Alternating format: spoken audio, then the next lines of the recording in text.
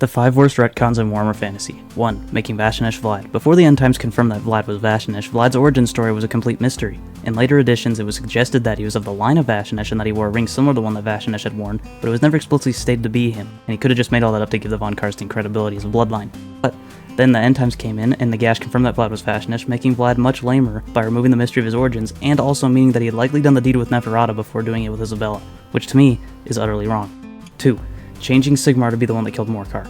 Morkar was the first ever chosen of the gods. In the original lore back in 5th edition, it was not Sigmar who killed him around 1 IC, but Anarion who killed him in the year minus 4500 IC. This was a terrible change because it not only took away from the badass Anarion, but it also makes the Chaos Gods look stupid. If Sigmar killed Morkar, that means between him and Archaon in the 2500s there were 11 other ever chosen in the span of 2500 years, meaning that every 228 years on average the Chaos Gods were sent and ever chosen, which is far lamer than Anarion's timeline where the average would have been every 584 years, making it seem far more like a huge event rather than a common occurrence. 3. Malekith being the true Phoenix King.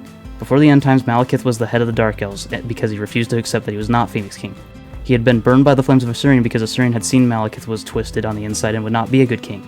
The End Times retcon is to say they simply did not stay long enough in the fires to be deemed worthy. This was incredibly stupid, destroying the entire purpose of Malekith and simply be a plot device to get the elves under a single banner. 4. Changing Manfred von Karstein. Before the End Times and in the early editions of Warhammer Fantasy, Manfred von Karstein not only had hair, but he was also a very interesting character. He was sly and cunning. He was not a super charismatic leader figure like Vlad, nor insane like Conrad. He was the cold, calculating von Karstein who lurked in the shadows until he seized the bloodline. Then in 7th and 8th edition, they changed his design, make him menacing and like a Necrarch to suit his magical capabilities. This was bad, but then on top of this, the End Times made him the most unlikable, whiny character possible. He was a petty vampire who not only betrayed his character by resurrecting Nagash, which he would never done in the past, but proceeded in the final moments out of spite to kill Balthasar Gel, an action that was not logical and something he would never do if he was not picked as the scapegoat by the writers.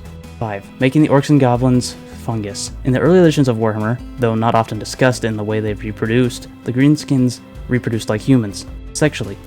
They were male and female orcs. This gave them character and made you feel for them when the Chaos Dwarves had them slaving away on their machines. These orcs had families, and though they loved to fight, you know back at home they had a butch orc wife who was raising annoying orc babies. It was awesome. But then 40k changed the orcs to be fungal reproduction, and that got ported over to Warhammer Fantasy in 7th edition. This completely stripped them of character and personality, and making them simply fungus made them next to unlikable. It also raised questions. Why do they still sound like men if they have no testosterone? If they are fungus like 40k orcs, how is the Empire not overrunning with greenskins that they killed on their turf? It was completely stupid and lore-breaking. I mean, really, how hard is it to accept that are orc and goblin females? Really. This is without a doubt my personal least favorite retcon, and the one I headcanon by saying Imperial propaganda.